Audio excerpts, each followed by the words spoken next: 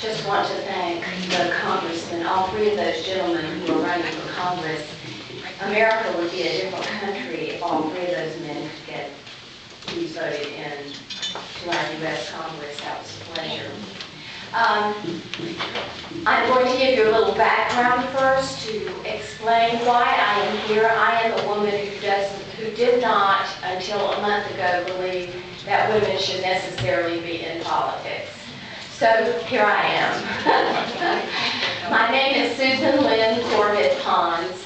I was born May 7th, 1948 in Valdez, North Carolina, in the foothills of the good old North State.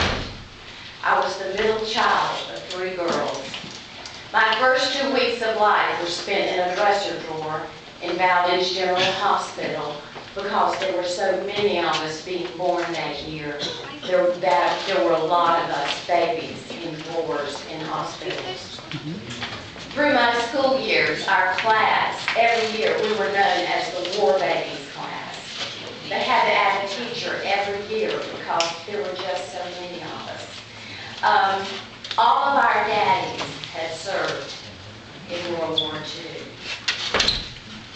And we as children did not realize it, but we were part of dreams that our fathers had dreamed in foxholes and foreign countries far, far away. But a restoration was taking place in our years of growing up. It was a restoration of the years the locusts had eaten. And I loved growing up in that era in America.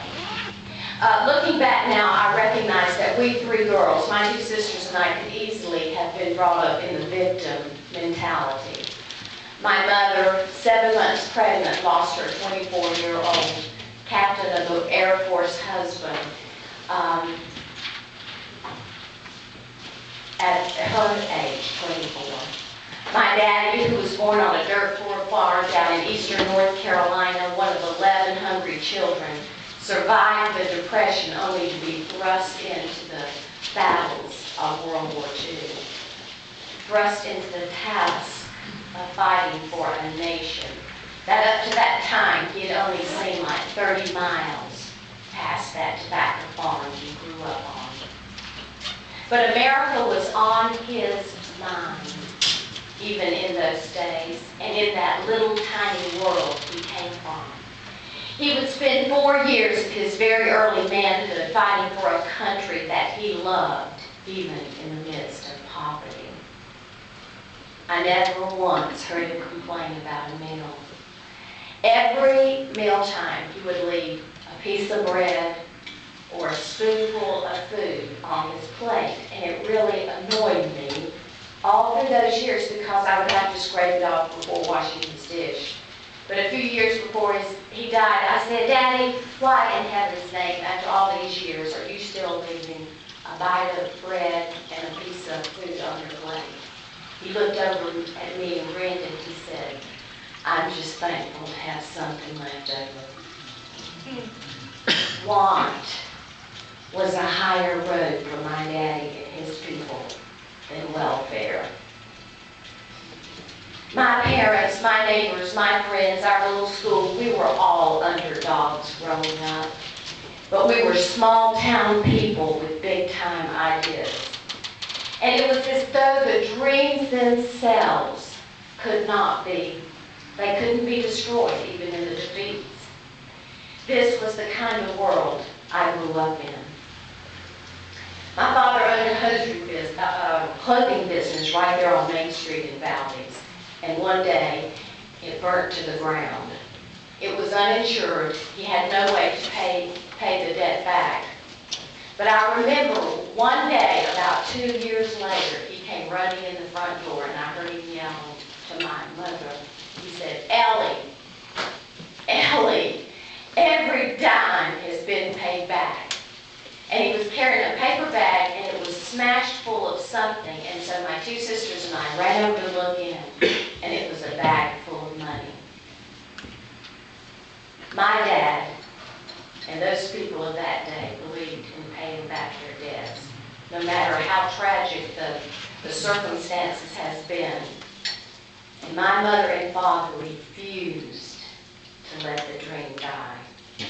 They went on to produce a very successful hosiery business, and that 6'3" paratrooper from the 82nd Airborne Division and his auburn-haired wife ended up serving on 5 college boards and 3 university boards.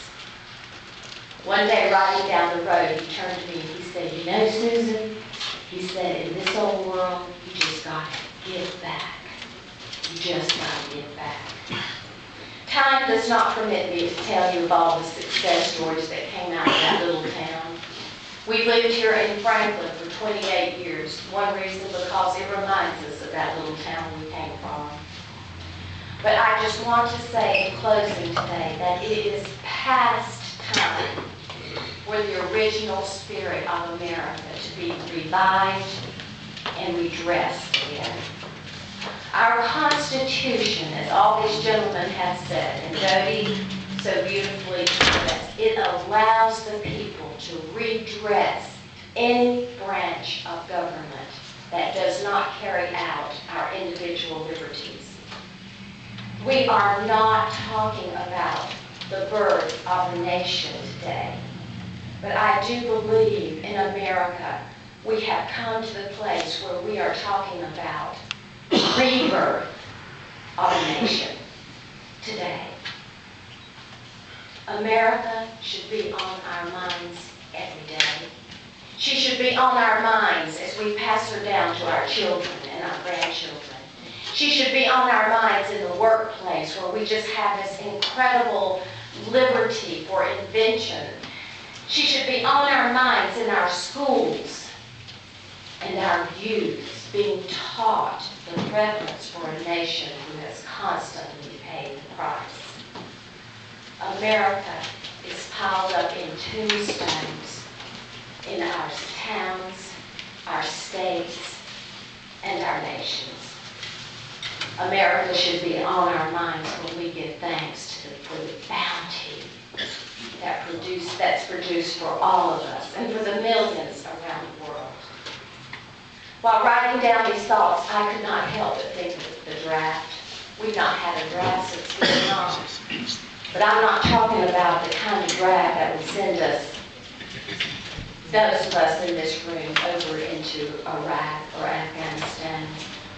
But I'm talking about a draft that would call your number and my number. We would look kind of ridiculous wearing fatigues and backpacks. But we do not look at all ridiculous to fight the fight back here at home, addressing and redressing the breakdown of the true American way of life. And I do believe we are fit for the fight. I am an underdog from Franklin, North Carolina, in this race for North Carolina Senate. But I don't mind. I come from that kind of stock. But if I win, I will give back pride instead of corruption. I will give back morality instead of welfare.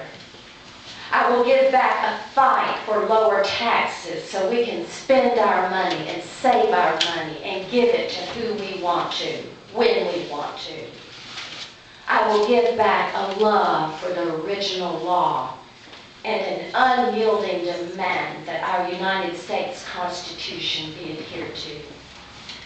I will give back a return to Americanism in our public schools.